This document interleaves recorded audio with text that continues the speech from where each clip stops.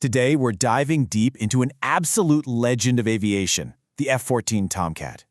But forget the Hollywood fame for a second, because behind it all is a story of some of the most incredible, almost impossible engineering challenges you can imagine. So let's just jump right in. This was the fundamental problem facing the engineers at Grumman. How in the world do you build a single aircraft that can dominate in two completely opposite arenas?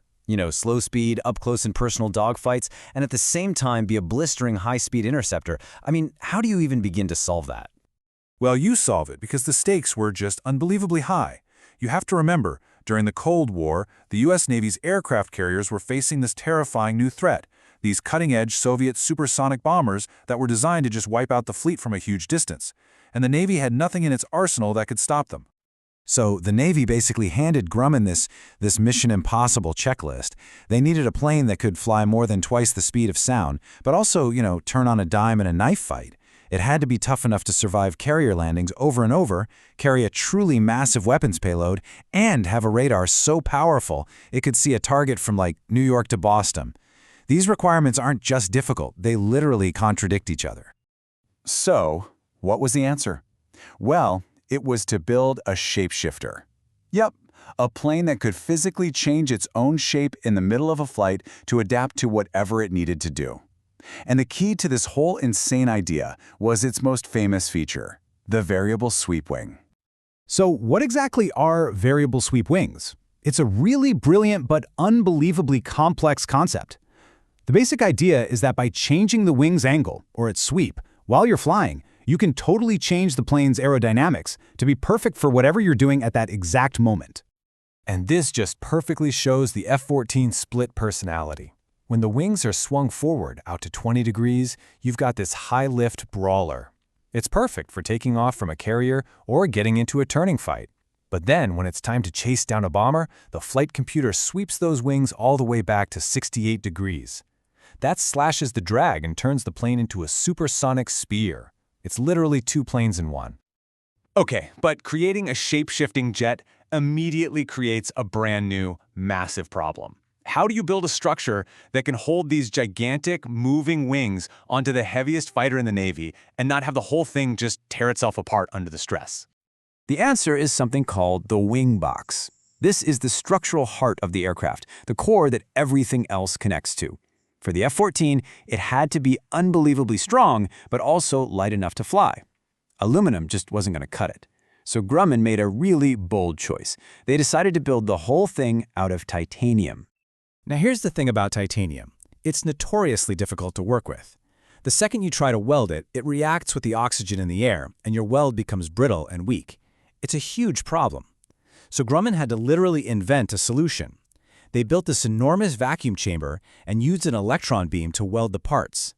By firing electrons at crazy high speeds, they generated all the heat they needed from pure kinetic energy, creating a perfect, super strong weld with zero oxygen getting in the way. And the results of this new technique were just staggering. If they had bolted the titanium box together, it would have been 50% heavier. Even a hypothetical aluminum box would have been 15% heavier. This revolutionary welding process was pretty much the only thing that made the F-14's entire design possible. But for all of its structural genius, the early F-14 had a critical, life-threatening flaw right at its very core: its engines. You don't get much more damning than that, right? The actual Secretary of the Navy called it one of the worst mismatches in years. The problem was the original TF-30 engine. It was powerful, sure, but it was designed for bombers, not for the wild acrobatics of a fighter jet.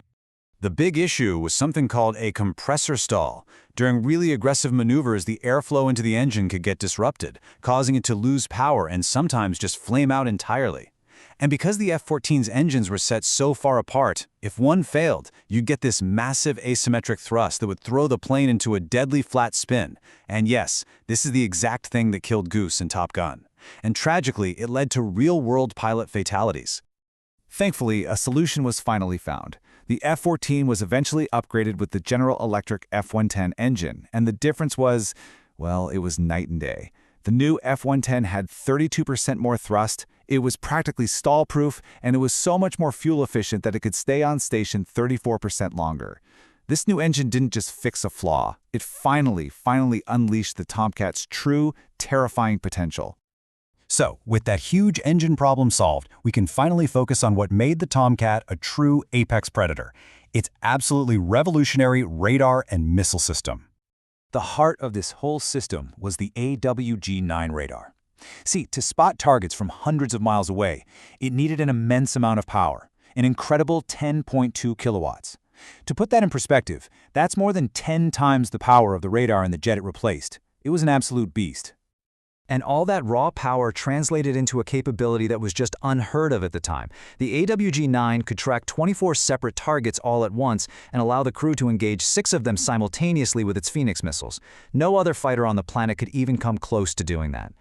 And the weapon it guided? Just as revolutionary. Once that AIM-54 Phoenix missile was launched, it would accelerate to Mach 5, that's 5 times the speed of sound, climbing way up to the edge of the atmosphere just so it could plunge down on its target from above. And to guarantee a kill, that missile could pull an astounding 17 Gs in a turn. The best human pilots can barely handle 9 Gs for a few seconds. There was simply no escape. No aircraft could possibly outmaneuver this weapon. But you have to remember, this entire incredible system was designed for a World War III scenario against a superpower. That war, thankfully, never happened. In day-to-day operations, an F-14 would almost never carry its full 6-missile loadout. I mean, each missile cost over $1 million, and carrying all 6 put the plane over its weight limit for landing on a carrier. So, when you put all these pieces together, the shape-shifting wings, the titanium backbone, that all-seeing radar, you get something much more than just a plane. You get a true engineering legend. But of course, there was a trade-off. The F-14 was a brilliant specialist. It was purpose-built for one incredibly demanding job, and that specialization made it a masterpiece, but all that complexity also made it extremely, extremely expensive and difficult to keep in the air. And really, this number just says it all. For every single hour an F-14 was flying, it required between 30 and 60 hours of maintenance back on the ground. Just think about that. That incredible cost and complexity is what ultimately led to its retirement back in 2006. And that leaves us with one final thought. The F-14 was the ultimate specialist, a design that made very few compromises to be the best at what it did. Today, we build multi-role, do-it-all fighters like the F-35. And it really makes you wonder, in our constant search for versatility, have we maybe lost the art of creating something that is just truly, brilliantly specialized?